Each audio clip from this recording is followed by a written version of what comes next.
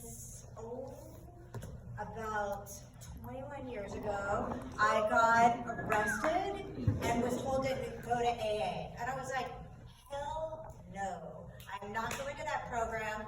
I was the angriest person that was told to stop drinking. And I was like, well, where do the angriest people go? On stage. That's it. So I was dodging that entirely. And I'm going to tell you why I'm up here now. You know, so the world shut down. I had a lot of time alone. You know, and what made me want to live? Laughter.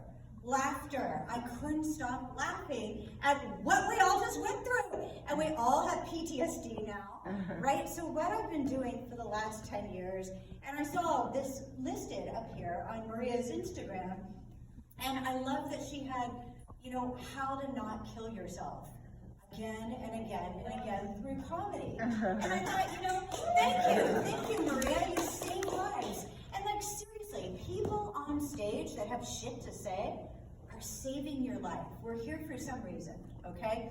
So what I've been doing for the last 10 years is teaching yoga, but I hate yoga. I hate the mats, I hate the people, I hate the postures, I hate the money.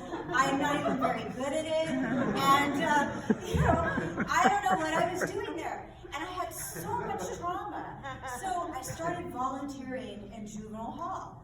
And when I started volunteering there, somebody said to me, I called my mom, and I'm like, Mom, did you know, like, all these kids are in jail and they're sexually trafficked? Like, what? And I got found out about all of these survivors and my mom goes, yeah, I picked you up from that juvenile hall when you were a kid.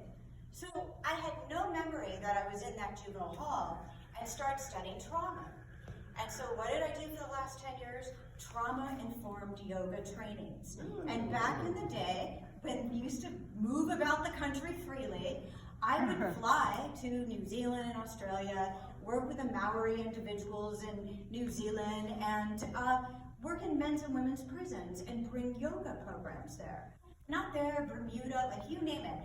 So I started kind of cracking a little bit. Like, after talking about stress, brain, the trauma, like, that shit's funny. It's funny, and people would take my trainings and come up and go, you know, you're really funny. And I'm like, well, I'm trying to be.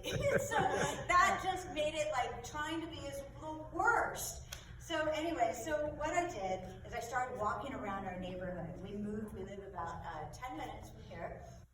And the neighborhood is somewhat like, oh, maybe I'll make it to the post office. I'm not sure. You know, there's a lot of sketchy characters around. And I just started to talk to the neighbors and walk my dog. And I found things funny that saved my life. And that's pretty much what yoga and healing trauma does, is laughing and getting through that humor. Because if I have like 5 minutes just to be heard, the most important thing I want to say is to breathe, you know? Really, just feel your heartbeat, your breath, connect, breathe. You don't really, there's nothing funny about it, except for, right? It's taking a big breath. So I have to do that when I try to get to the post office. Okay, thank you. I see is that a warning or a time? 1 minute. Okay, perfect.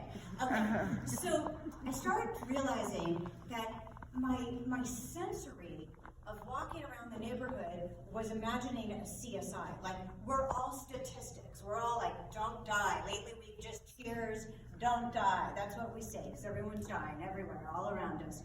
And the statistics are across the street from me. There's a window pane store where I think a bunch of homeless people live, and I start to see a guy walking with his coffee, just smiling, happy day, drinking his coffee, and I immediately see a crime scene.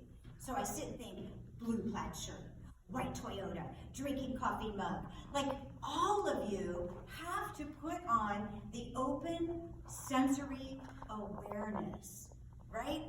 Just like this. Blue mask, cell phone, you know, and that's it. I won't remember any of this or any of you. Thank you so much.